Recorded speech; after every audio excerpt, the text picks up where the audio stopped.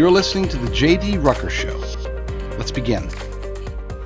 All right, we've got a jam-packed show today, so I want to get into it. But first, just a quick couple of show notes. We're trying to solidify the schedule. I want to make sure everybody knows when and where they can find me. We have broken the show up into 3 separate segments. We've got a first hour, we've got a second hour, and then we've got the live call-in third hour. So this first hour, which you're watching right now, you can watch at 11:30 a.m. Pacific, 2:30 Eastern Time on my Rumble channel. My Rumble channel will have just one continuous stream, right? I'm just going to go through the first hour, second hour, third hour, and the third half hour, I guess it would be. But the first hour is powered by RVM News. Okay, rvmnews.com or the RVM News Rumble channel is where you can find this first hour. And the first hour is really about conservative politics, culture, a little bit of faith. It's I don't want to call it a normie hour, but it's the type of content that you might see on Fox News. Now, don't think that I'm going to be talking about it in the same way that Fox News does, because I won't. I'll be talking about the topics in ways that, hopefully are more interesting and definitely more informed and honest than they often portray it.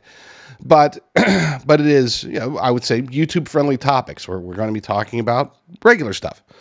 Second hour, which is after the first, obviously, is driven by Frank's Speech, and you can find it at frankspeech.com or at Frank Speech's Rumble channels or various streaming services. It is the second hour of the J.D. Rucker Show on my Rumble channel, which to subscribe, you just go to jdrucker.com/rumble. Easy stuff there. And then the third half hour is, and we're working on getting it to an hour. It seems like I'm not able to squeeze in nearly as many calls as I would like, but that third half hour is over at WorldViewTube. And again, it's just a continuous stream, so you have to watch one. You don't have to, but you should watch one 2.5 hour show on my Rumble channel at jdrucker.com/rumble, or you can go to WorldViewTube. That starts airing at I guess 1:30 Pacific, 4:30 Eastern, and it's a live call-in show. We've got a phone number. You can call me and ask me anything. We've just in the last couple of shows, we've tackled ideas such as the tunnels under America. We've talked about that. We've talked a little bit about Project Bluebeam. I had a question about whether or not there is any truth to the idea that maybe Trump is actually in charge of everything even today and is in charge of the military. Look, anything goes, okay? As long as it's radio friendly, no cursing, nothing like that. But I mean, as far as topics wise, you can talk to me about anything, and that again is at worldviewtube.com, or just stay, if you're watching on my Rumble channel, just stay where you are for the next 2.5 hours. Good stuff. All right, let's dive into the stories. Oopsie, and I didn't even have it set up. Let me get that set up, because that's what you get when you're, I have 3 separate producers. It's the strangest thing, but it is what it is. I've got 3 separate producers for these 3 separate shows. They're all powered by different people. And this first hour, powered by RVM, I actually control my own board. So I can tell you, I know when the stories are coming up, because I'm the one that puts them up, and I failed miserably right there. But now we've got it up. This comes from Jazz Shaw over at Hot Air. Is Hunter Biden the real power behind the throne? And, of course, shudder. But here's the thing. Before we say shudder, do we really care? I mean, who's in charge? As far as from the Biden regime, we know who's actually in charge of the regime itself. And no, it's not Kamala Harris.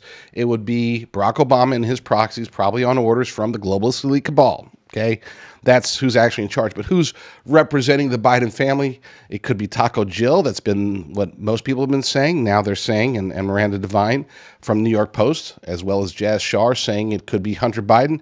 We'll see. But let's dive into this article.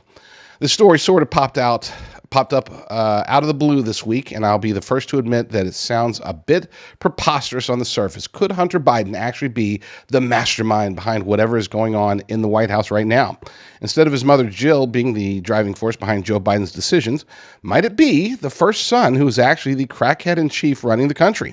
I won't mock anyone who is scoffing at the idea right now, because there are plenty of reasons to do so, but the hot take in question is coming to us from Miranda Devine at the New York Post, and she has been following Hunter's antics for a very long time now. She is the one who literally wrote the book, Laptop from Hell.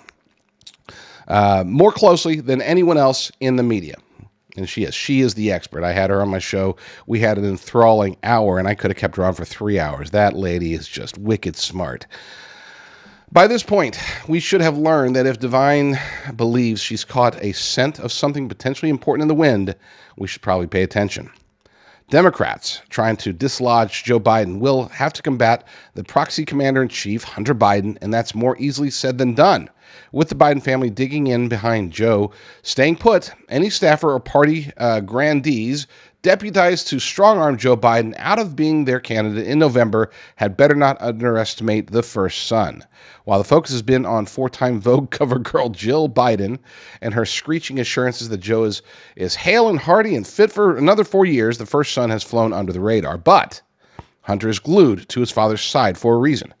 He was with him at Camp David to help prepare for the disastrous debate, was there for the vainglorious Annie Leibovitz family photo shoot post-debate, then flew back with the president to the White House, where he's been ensconced ever since. Joe Biden may indeed have given Hunter the job of acting as his gatekeeper, as Miranda Devine states. He's living at the White House now full-time and is constantly by his father's side. Of course, that means that he's necessarily doing a good job, but it may be his job. He was at Camp David helping prepare his father for the debate, and we all saw how that turned out. He's also reportedly been helping write his speeches and his interview comments. We've seen the same quality of results there. That's not to imply that anyone could really make Joe Biden shine in front of the cameras at this point, but the guy with an established history of addiction and a string of felony trials ahead of him might not have been the go-to choice. Plenty of people are distressed by this already. Some of Joe Biden's other aides told reporters that they are flabbergasted by Hunter's presence. One told NBC News, "What the hell is happening?" House Intelligence Committee Chair Mike Turner demanded to know if Hunter is receiving classified information. And that's a fair question, if we're being honest. Some who know the family well are describing Hunter as cunning and intelligent despite his notable reputation as a crackhead loser, and his influence on his father's decision is seemingly beyond question. At this point, or this particular junction in his life, this all makes him particularly dangerous. Even if other people are gently trying to guide Joe Biden toward the exit, at least from the race, if not from the presidency immediately, that would be the worst thing imaginable for Hunter. If Joe Biden were to exit stage left, he would take the power of the pardon or clemency with him. Hunter is awaiting sentencing on several gun charges in Delaware and has an equally serious trial on felony tax evasion awaiting him in California. He will be fighting tooth and claw to keep his father in power for as long as possible, to keep those options on the table. Now, let's be clear about Hunter Biden. He's the butt of pretty much every conservative joke out there. We always, oh, look at Hunter. Yeah, we make fun of him because he was a crackhead. We make fun of him because he is the way that he treats women, prostitutes, whatever. We make fun of him because he has a penchant for getting naked and having a video camera nearby to record himself. His laptop showed a life of degeneracy. His laptop showed a life of being just a broken man in general. It makes you wonder. You know, with everything we know about Hunter Biden, with what we know about Ashley Biden, what kind of father was Joe Biden? And apparently he raises really broken people, just as he's truly broken this White House. But just as they're saying here, let's not underestimate Hunter Biden for who he is. Let's not just say, oh, it's Hunter Biden, so everything's going to be a debacle. And let's not say, oh, well, if he was helping with the debate and he was looking at helping with all this other stuff, you know, look at the results there. For all we know, if Hunter had been involved, I mean, Joe could have been an absolute disaster, even worse than he really was. All I'm saying is this, is that just because, like, don't look at this and say, oh, Hunter Biden is going to make things worse. Number one, I don't know if it can get any worse for Joe Biden. Okay, let's just be clear about that. Number two, between Hunter Biden and Dr. Taco Jill Biden, I would say that Hunter Biden probably is more suited for this type of political warfare, not from experience, but just because of the person that he is. Taco Jill, for all of her evils, okay, for being essentially the modern, the real life version of Lady Macbeth, Hunter scares me, okay, because Hunter, like they said, Hunter is willing to do just about anything, willing to sacrifice just about anybody. He has no morals, he has no scruples. And right now, that may be exactly what Joe Biden needs. You know, I have long been talking about Joe Biden's mental deficiencies. It's funny because we amongst all the revivals of websites that I've been doing lately, one of those is NOQreport.com, which we have revived, brought it back to life after it was basically, I wouldn't say hacked. It wasn't hacked. It was just attacked. Okay, back in 2023, early 2023, we were getting attacked from the weirdest places. You know, it wasn't just, oh, China, China, China. That was part of it, but China wasn't even the number one attacker. We had attackers from Iran and attackers from North Korea that were just hammering it every day. My costs were going up. I had to get on tech support and saying, guys, don't shut me down. Don't, at my host, we've switched hosts, okay? And that's great. And now we've got what we believe to be a solid foundation to revive NOQ Report and make it the secondary, I guess you could say, news aggregator that I edit. I've, of course, edited thelibertydaily.com, and that's a fire hose. Look, we do 120, 140, 200 articles a day.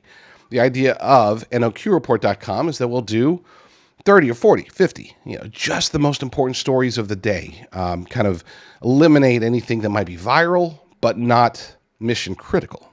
Okay. With that said, I was reminded because I started paying attention to the traffic, and there was an old story from early 2020, where I had written up, hey, Joe Biden has dementia. It's pretty clear he's not going to be able to make it through. He's going to be a disaster throughout. And I was kind of patting myself on the back after reading that. It's like, wow, that was even before he had the nomination in 2020. And I was talking about how this guy might actually be the guy. And unfortunately, they're going to try to force feed him, which they did, force feed him to the Democrats and then do what they did to get him into the Oval Office. But he's very clearly has dementia, maybe even Parkinson's. And again, I was saying this back in 2020, patting myself on the back.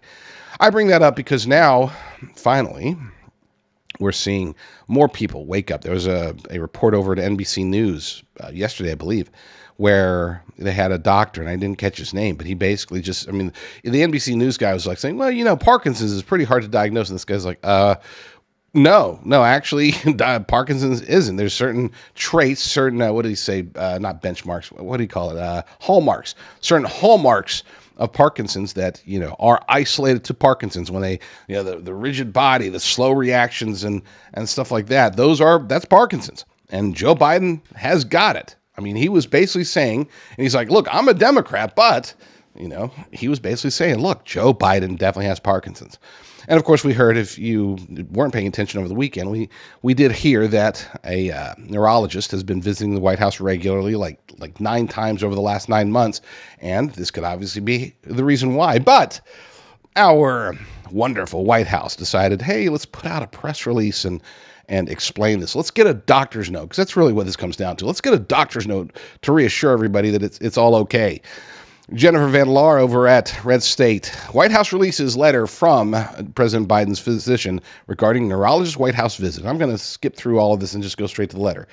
Dr. Kennard was the neurological specialist that examined President Biden for each of his annual physicals. His findings have been made public each time I have released the results of the president's annual physical. President Biden has not seen a neurologist outside of his annual physical. The results of this year's exam were detailed in my February 28th letter. An extremely detailed neurological exam was given, reassuring in that there were no findings, which would be consistent with any cerebellar. There's a reason why I don't read from a teleprompter. Or other central neurological disorders such as stroke, multiple sclerosis, Parkinson's, or ascending lateral sclerosis, nor are there any signs of cervical myelopathy. The exam did, again, support a finding of peripheral neuropathy in both feet. No motor weakness was detected. He exhibits no tremors, either at rest or with activity. He demonstrates excellent fine motor dexterity, but a subtle difference in heat-cold sensation could be elicited as it was last year. This heat-cold sensation deficit was detected a couple of inches higher on the ankle calf this year, which is not unexpected. There may, in fact, be a day to subjective variations of these findings, as during last year's exam, this area of sensation deficit was actually found to be smaller than the year before. Okay, so we're going to put reading doctor's notes. We're going to eliminate that from my list of things to do during the show because apparently words are way too big for me. My mom wanted me to go to med school, and then I read some of the words, and it's like, hey, why don't I get into journalism? You need to know far fewer words to be a journalist. And she disagreed. But wait, it's my life. I do what I want, Mom. So yeah. So bottom line is, nothing to see here. He's not. They're lying. Okay, the doctor's lying not just to cover Joe Biden, but to cover his own butt. Because let's face it, the White House physician responsible for the president, if that person is saying, "Oh, Joe's fine," and Joe's obviously not fine, then that person, just like an expert witness on the stand, that person has not just their, be called a liar today, they have their reputation and their future at stake. So of course they're going to come out and say, no, nothing to see here. Everything that we've seen says that he's okay. Here are a few things, minor concerns, cold sensation in his feet, but that's about it. Otherwise, he's fit, he's great, he's awesome, he's Joe Biden. Never underestimate old Joe Biden, whatever, from Scranton. that's the claim, at least. Do we have enough time for one more story? Let's go to break just slightly early. When we get back from break, we will move on to what is this? Chicago, one of my favorite places, and in James Woods, talking about Chicago, one of my favorite people.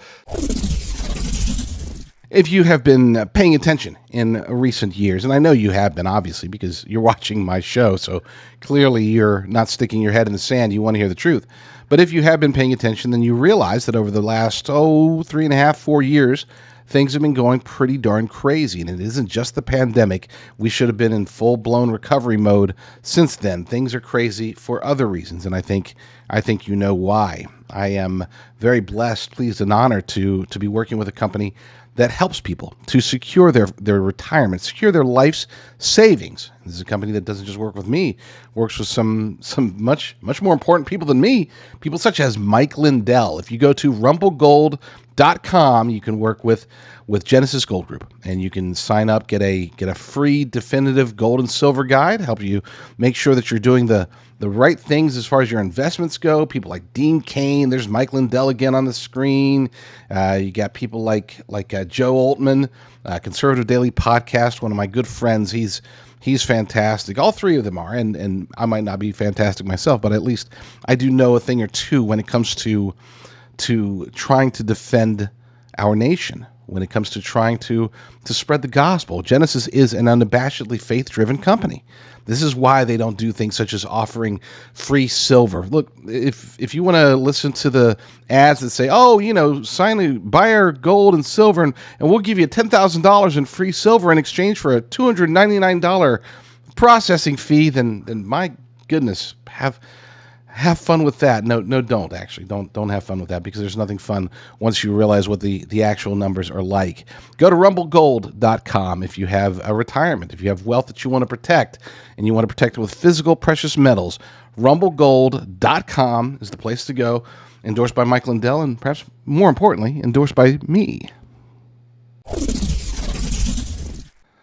Independence Day, and especially Independence Day weekend, are supposed to be times to celebrate our nation, to celebrate our independence, our declaration that we are not going to be subjected to whatever the Brits wanted, or pretty much anybody else. It wasn't just a message to England; it was also a message to the rest of the world. We are free and independent people, and we're going to stay that way for as long as we can, until the wokesters come around and try to destroy us completely, which is what they're doing right now. But as we saw in certain areas of the country, and particularly those places that are very crowded and have a lot of people and have a lot of gun control, well, it wasn't always the happiest of weekends for far too many people.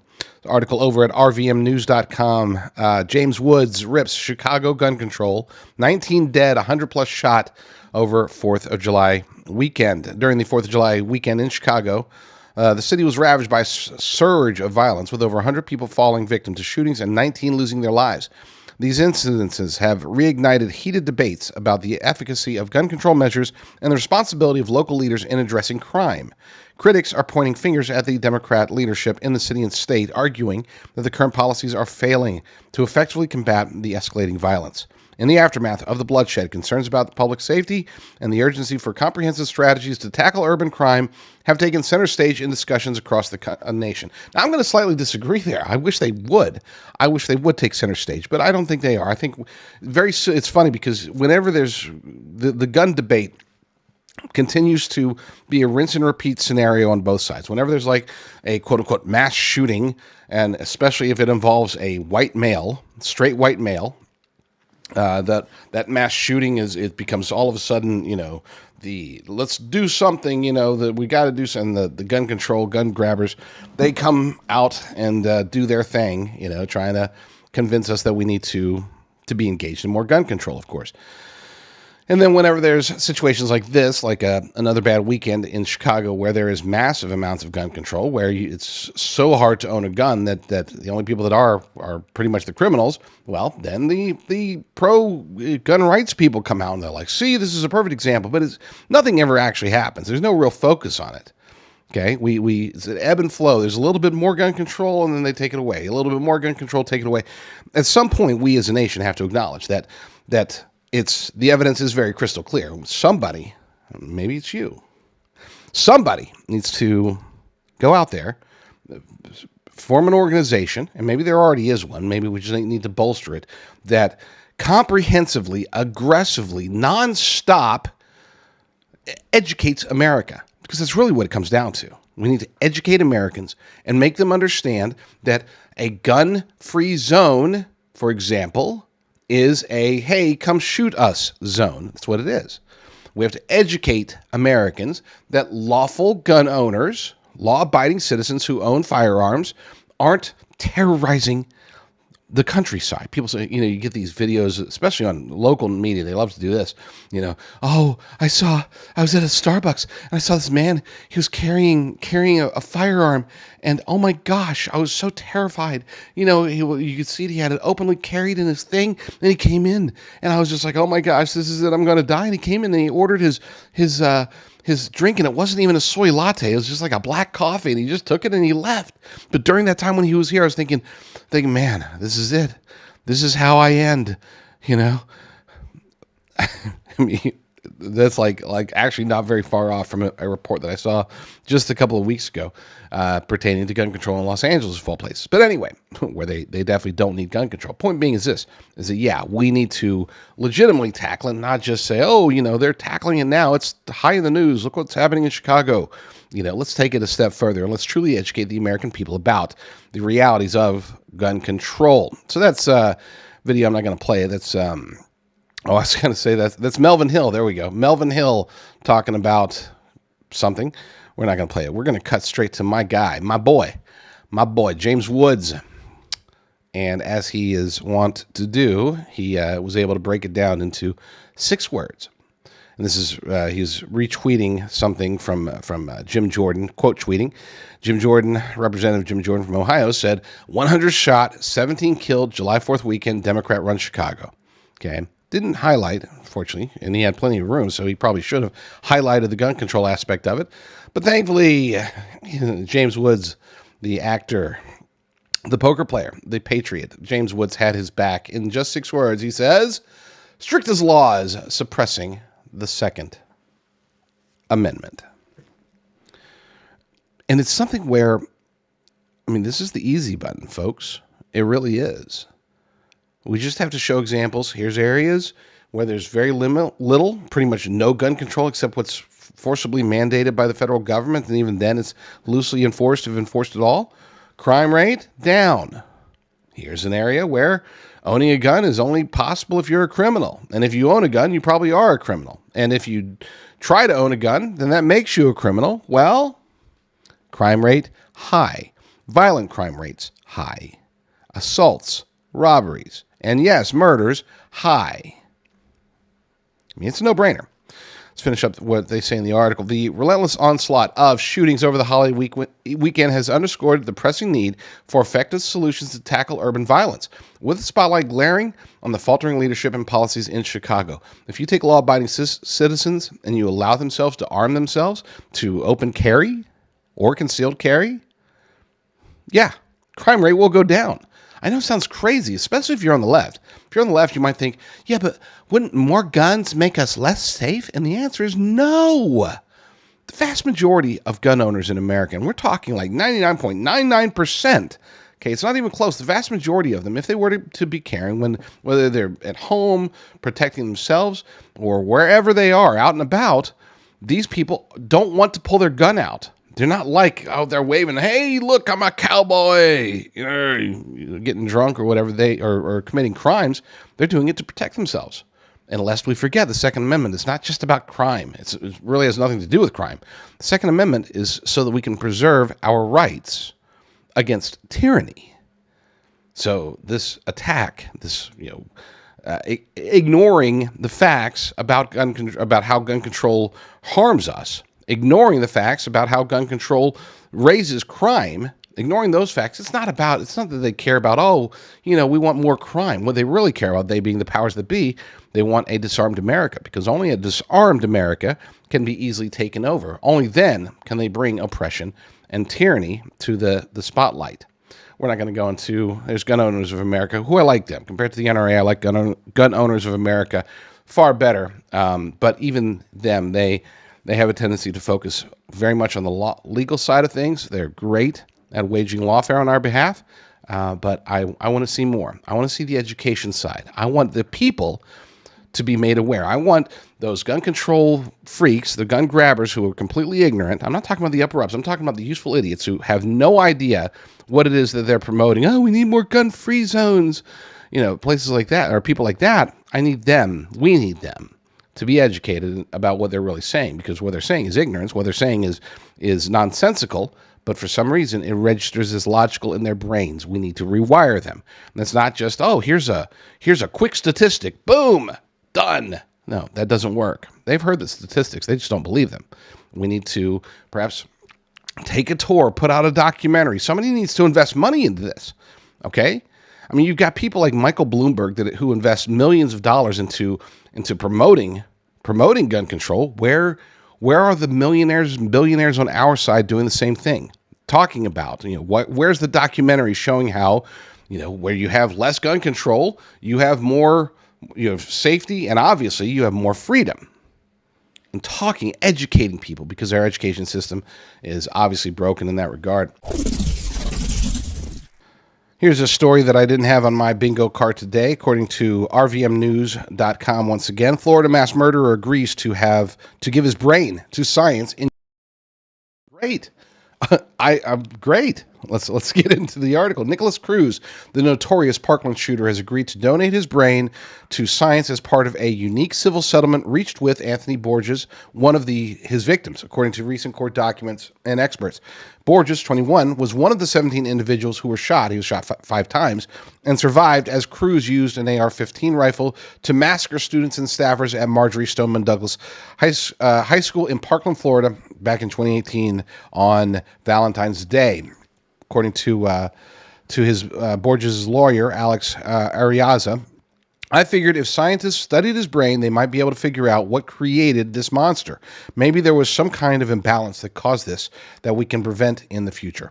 Borges' attorney says he proposed the unusual stipulation to the court, and the agreement also gives Borges the right to Cruz's name for use in movies, books, and other media. This new settlement also bars Cruz from giving any interviews without Borges' permission and blocks him from making a profit from his crime.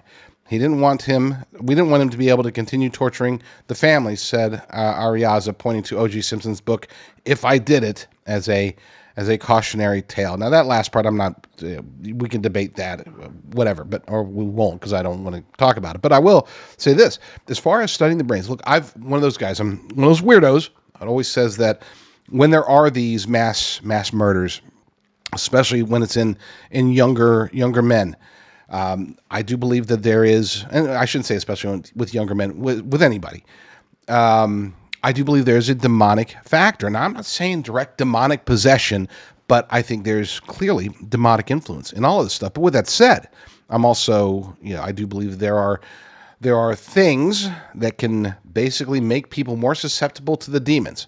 And amongst those, I had a debate years ago with Dr. Peter Bregan, regarding certain drugs. I'm not going to name the drugs. I don't want to get in trouble here, get sued.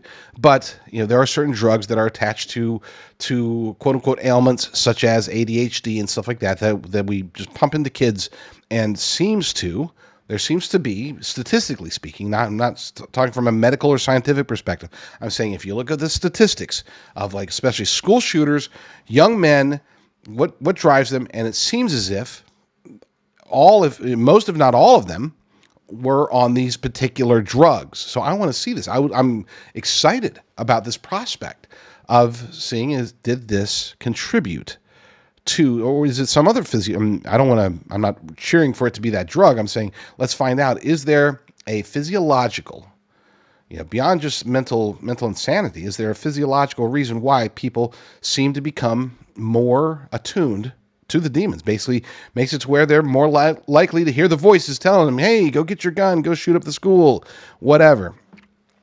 Interesting. We'll see. There's another story over at, and this one I can talk about for a long time, but I'm not going to because we don't have a ton of time. This comes from Monica Showalter over at American Thinker. Illegals are indeed getting immediate Social Security, contrary to Democrat claims. And you could use that phrase, contrary to Democrat claims. You can use that like half the time, maybe more, when it comes to pretty much any Democrat claims. Okay, if you really research what they're saying versus reality, okay, you will find, well, what they're saying is wrong, and here's what reality is. Reality goes contrary to Democrat claims, and this wasn't always the case, by the way. Okay, there was a time not too long ago, pre-Barack Obama, where Democrats would actually try to make claims. They might be wrong, but at least they had something backing it. Today, they don't care. Okay, they just make a claim because the claim sounds good. They make a claim, oh, well, that must be racism. What? What does racism have to do with anything? Well, then it must be climate change. Anyway, or hey, don't worry, illegal aliens aren't doing this or aren't doing that, but they clearly are. Well, no, they're not. You're a racist who doesn't believe in climate change. I mean, that's standard operating procedure lately with Democrats. But anyway, I digress. According to the article, who needs U.S. citizenship, or for that matter, legal authorization to live in the U.S. when you've got Joe Biden's open borders? That looks like the story with illegals receiving Social Security benefits, a lifetime benefit that until recently had been perceived as nominally reserved for U.S. citizens, not illegal border crossers, and which Democrats are now trying to debunk. At the debate, News Nation reported that Trump said, Social Security, he's destroying it because millions of people are pouring into our country and they're putting them onto Social Security. That's what Trump said during the debate. They're putting them onto Medicare and Medicaid, putting them into hospitals. They're taking the place of our citizens, and also said these millions and millions of people coming in, they're trying to put them on Social Security. He will wipe out Social Security. He will wipe out Medicare, of course, referring to Joe Biden. Which sounds true, according to the article, which sounds true and is based on what's known from the Social Security office via Newsweek's fact check. So radical left-wing publication Newsweek says on its website, the Social Security law of the United States who meet all eligibility requirements can qualify for Social Security benefits. This rule also applies to non-citizens authorized to work in the United States who got a Social Security number after December 2003. That's like, okay, nothing new there, right? But wait, there's more. The problem, of course, is in the details. Illegals can't just tap into regular Social Security retirement benefits as paying Americans do. However, they can get SSI pretty easily for lifetime benefits based on being unemployable, having no English skills, having no marketable skills, having no education, and not being retired. Immigrants, and this is a quote from the administration. Immigrants living in the country, illegally or not, eligible for Social Security retirement benefits, but those who enter the U.S. illegally before receiving temporary permission to stay may be eligible for supplemental security income benefits if they meet certain criteria. SSI benefits are distributed to people who have little or no income or resources, a disability, blindness, or attain the age of 65 or older. The money quote comes when the definition of legally present is described. And here we go. Immigrants may be eligible for SSI if they meet the following criteria. Lawfully admitted for permanent residence. Okay, so that doesn't fit. Granted conditional entry. Okay, you can sort of make that claim with the Biden regime. Paroled into the U.S. Yes, you can make that claim because that's literally the verbiage that they're using. Admitted as a refugee. Not so much. Granted asylum. Not so much. An alien whose removal is being withheld. Very much so. A Cuban or Haitian entrant. Very much so. Admitted as an Amerasian immigrant. All these words. Admitted as an Afghan or Iraqi special immigrant. Admitted as an Afghan humanitarian parolee. Admitted as an Afghan non-special immigrant parolee, or admitted as a Ukrainian humanitarian parolee.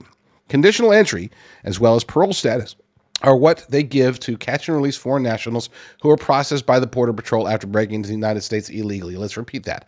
Conditional entry, as well as parole status, are what they give to catch and release foreign nationals who are processed by Border Patrol after breaking and entering the U.S. illegally. In other words, pretty much every single stinking person who they let go qualifies for this special supplemental. Social Security. Let's take a quick break. Let's take a quick break before I get in trouble. Stay tuned. I like being a person who focuses on solutions. I don't always have the answers, but I try to at least know 1 or 2 or 5 different ways that we can address an issue. If we're fighting oppression, we know that we must protest. We know that we must be ready to, if necessary, to revolt.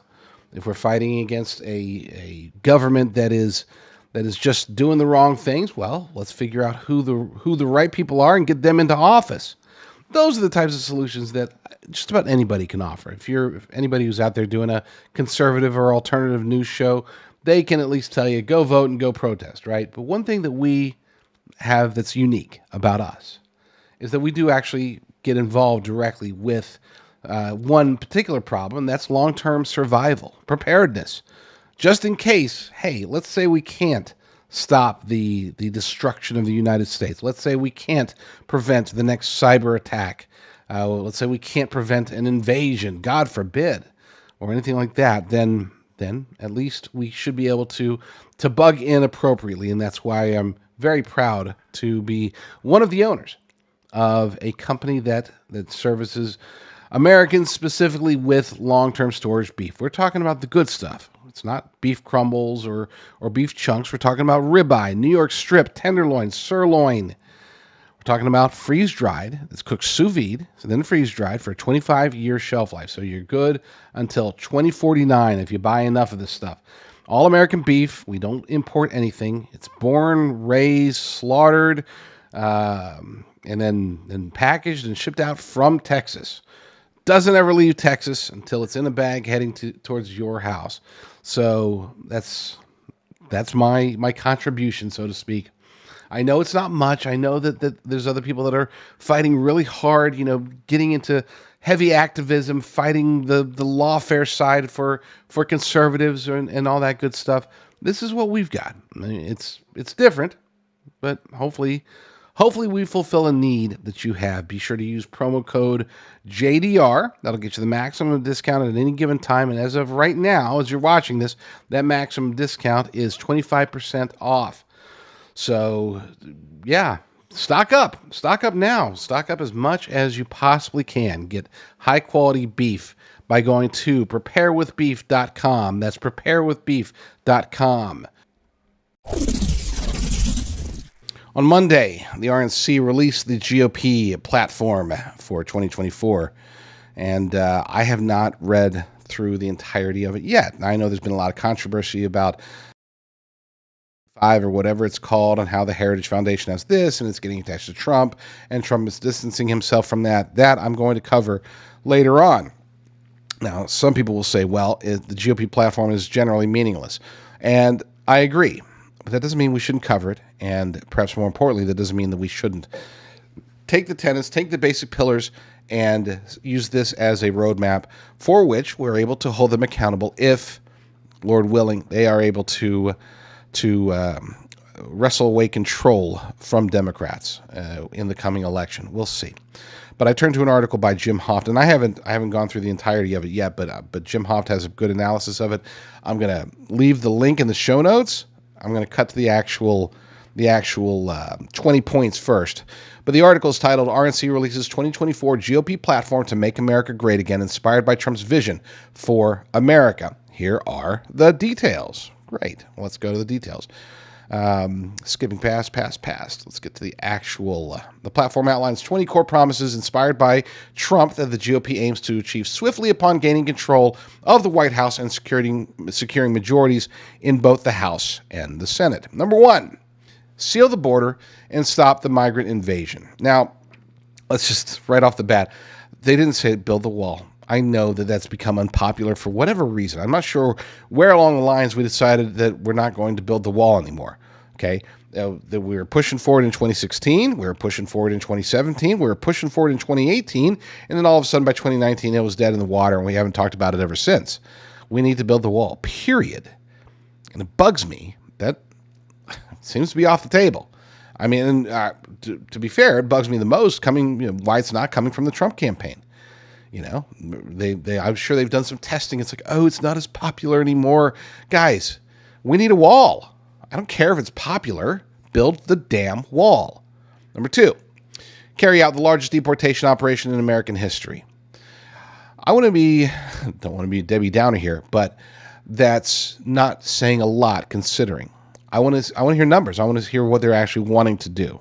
Okay, because to carry out the largest deportation in American history, it's possible for them to achieve that goal and still only put not even a dent. I mean, we're talking about a tiny percentage of the actual number of illegal aliens that are in the nation right now today. So I don't want to just hear, largest deportation. I want to hear you say the words, we're going to deport most. I'll accept that. I would rather they say we're going to deport all, but I don't think they have the cojones for that. Number 3, end inflation and make America affordable again. Possible. It really is possible. Okay. I wouldn't have said that it was possible. If you had taken today's economy, okay, and you had thrown that at me and say in 2015 and said, hey, we're going to end inflation, I'd be like, no, it's not possible. Now I understand that Trump's influence over the economy, and it's not even necessarily his policies, just his presence and influence over the economy creates the foundation upon which the economy can be boosted up once again.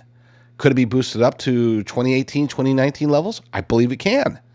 Okay, pre-pandemic levels. Can we get it there and even better? Yes, we can.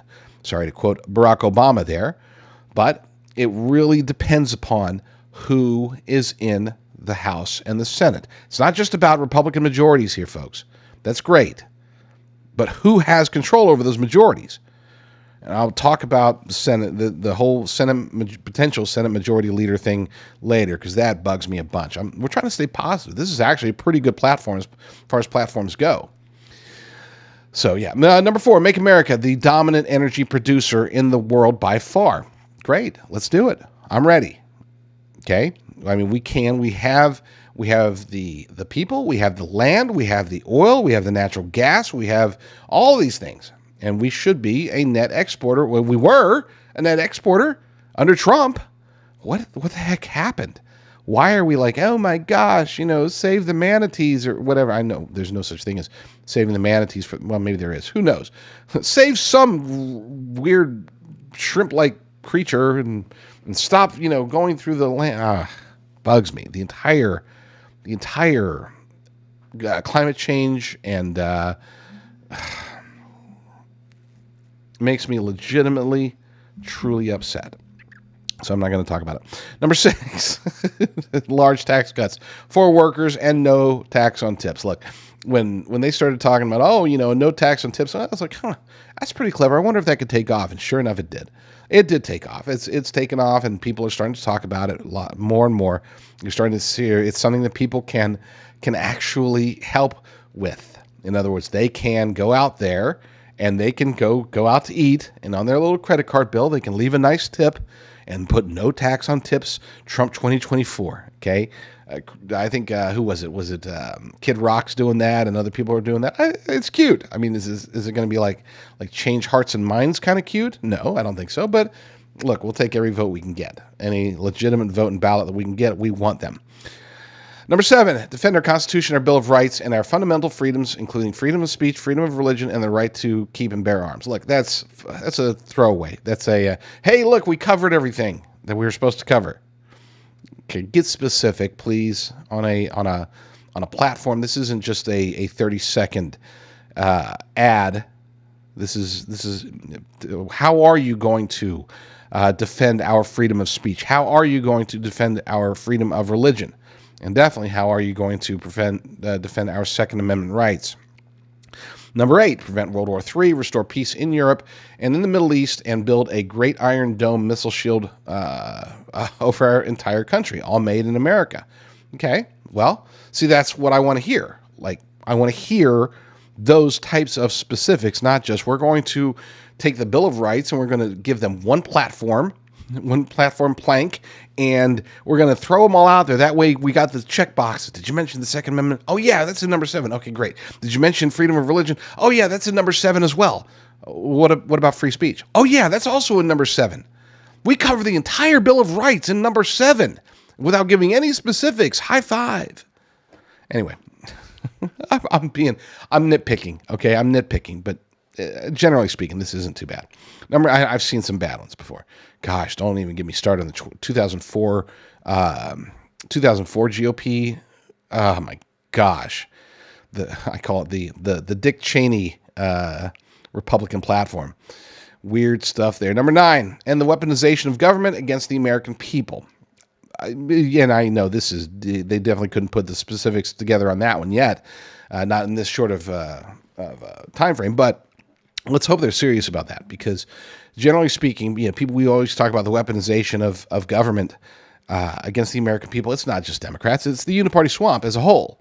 Okay, there are many, many Republicans who are all for weaponizing government, who participate actively and aggressively in weaponizing our government against us. So don't just say, okay, done, check that. Let's dive deeper into that too.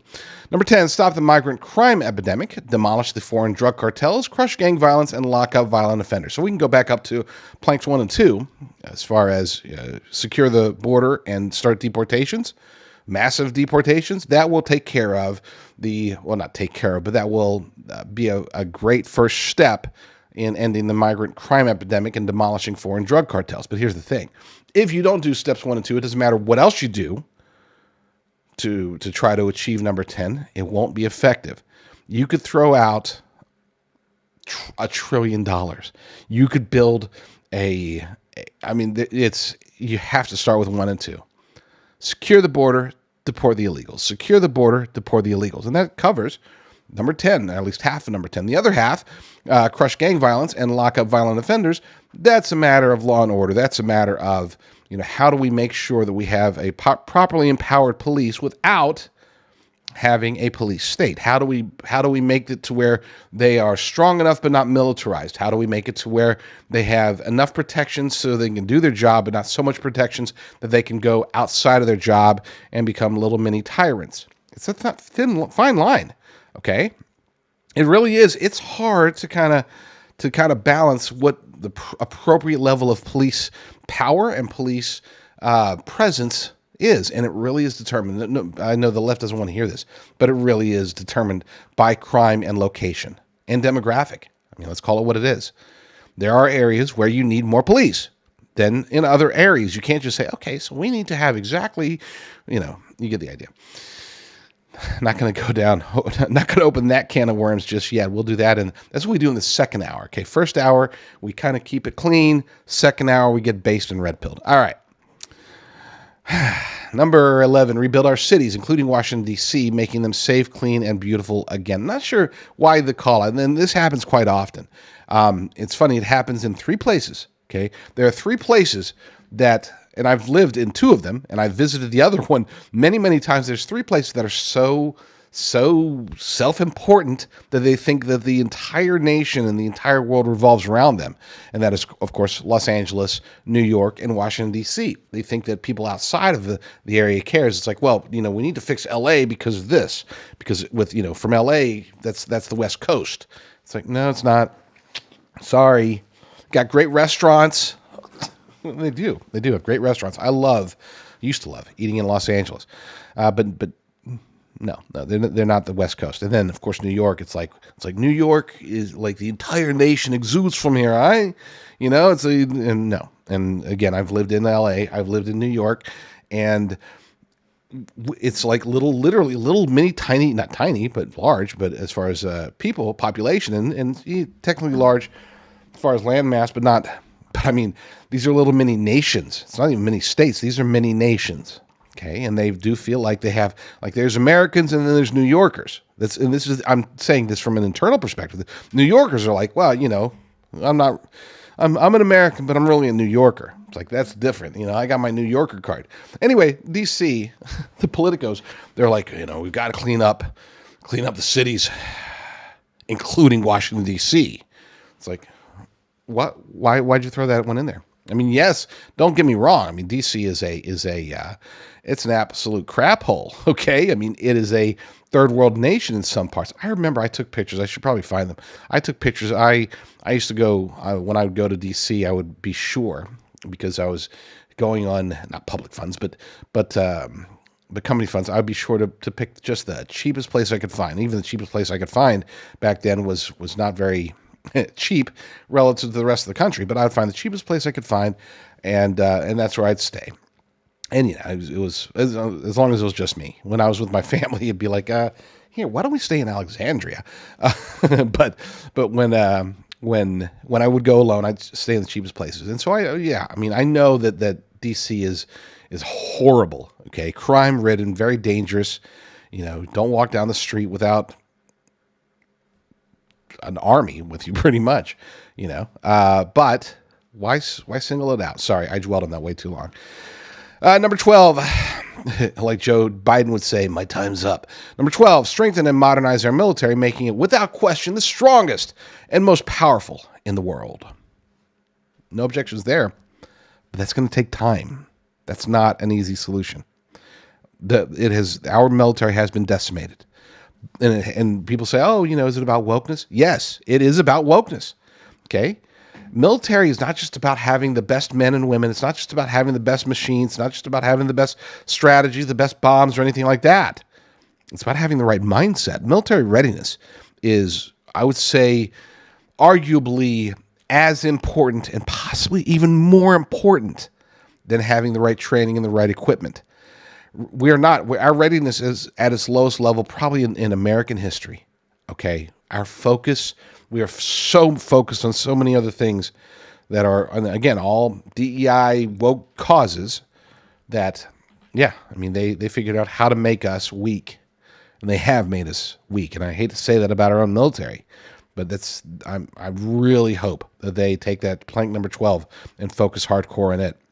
Number 13, keep the U.S. dollar as the world's reserve currency. Easier said than done. We'll talk about that. We'll tackle that at another time. Number 14, fight for and protect Social Security and Medicare with no cuts, including no changes to the retirement age. I'm going to leave that one alone. Number 15, cancel the electric vehicle mandate and cut costly and burdensome regulations. Please, just day one, done. Just that, and that's something that President Trump can do immediately, and he damn well better. Number 16, cut federal funding for any school pushing critical race theory, radical gender ideology, and other inappropriate racial, sexual, or political content on our children. That will take a little bit more time, but should be pretty easy, very straightforward. Number 17, keep men out of women's sports. That's a very complex, very, very weird can of worms to open in a platform, but it's populist, and it does need to be done. I agree with it. I'm just not sure if it belongs to the platform, but so be it. It's buried at 17. It's just a quick call out. Okay, hey, Riley Gaines, we're on your side. Okay, number 18, deport pro-Hamas radicals and make our college campuses safe and patriotic again. Now, I'm not going to tackle that one because that is a much longer discussion. Okay, it really is. That's a much longer discussion. And I'm not a pro-Hamas radical. I don't support him, but deport him? We'll see. We'll see exactly what they're talking about there. If they're talking, I'm not going to go there. Number 19, secure our elections, including same-day voting, voter identification, paper ballots, and proof of citizenship. Amen, brother. And number 20, unite our country by bringing it to new and record levels of success. Now, that has no place of me on a platform. That is a campaign statement, so to speak. And that, if anything, that needs to be a call out. In other words, that needs to be something that's Totally and completely separate. Totally separate. Now, over the next couple of weeks at least, probably from now until the Republican National Convention, I'll be going over this stuff. Okay, I will. I want to. I want to go over this stuff, take the important ones and break them down one by one, make sure that we understand that. I'm not going to go over all of them, but I want to go over each point and let's describe how that's actually done. Okay, if there's one thing we can say about Donald Trump, it's that he is malleable. It was actually Jimmy Carter that said that. I mean, he was trying to say it as a bad thing, and I can understand why people can see that as a bad thing. But being malleable also means that he is open to hearing from his base. Now is the time, folks. Now is the time for him to hear from his base. Not after the election, not once he's back into office. He and the entire MAGA movement and the entire Republican Party, they need to hear from us, or else we are going to lose. We are going to big time lose control over our nation. It's not about Republican versus Democrat. It's not even about conservative versus progressive. It's about America versus patriotism versus everything else. It's us versus them. We have to make sure that the RNC and the Trump administration are on our side. RNC might be tougher, but again, Trump is malleable. We can bring him to our side before he's back in office, and we need to focus on that. Okay, so we're going to the second hour. If you're watching on rvmnews.com, then RVM News Rumble channel, then thank you for watching. I love you. You're awesome. Good stuff there. If you want to keep watching, you can go find the show over on my Rumble channel at rumble.com at jdrucker.com/rumble. And there you'll be able to see my entire 2.5-hour show, including this first hour. You can also go to frankspeech.com at, I believe it's 9 p.m. 9 p.m.? Yeah, 9 p.m. Eastern Time, 6 p.m. Pacific. And you can watch the second hour, which is the based hour, the red-pilled hour, the hour where I'm not too worried about whether or not YouTube censors are going to take me down, because there's no chance it'll ever go on YouTube. So that's good stuff. And then the hour after that, the half hour after that is where I go to WorldViewTube, and that's where we take live callers. So if you want to talk to me, then just wait until 1:30 Pacific, 4:30 Eastern. Again, you can go to my Rumble channel at jdrucker.com/rumble and call me and then get on the air. I want as many calls as I can squeeze into 30 minutes. And so far, that hasn't been a lot. We're pushing to let them give me a full hour so that I can actually take more calls. But in the meantime, good stuff there. If you are just watching on RVM News and you're ready to move on to something else, God bless you. And this is where I sign out. Lord willing, I will be back very soon with another episode. But in the meantime, you'll stay strong, stay safe, and God bless.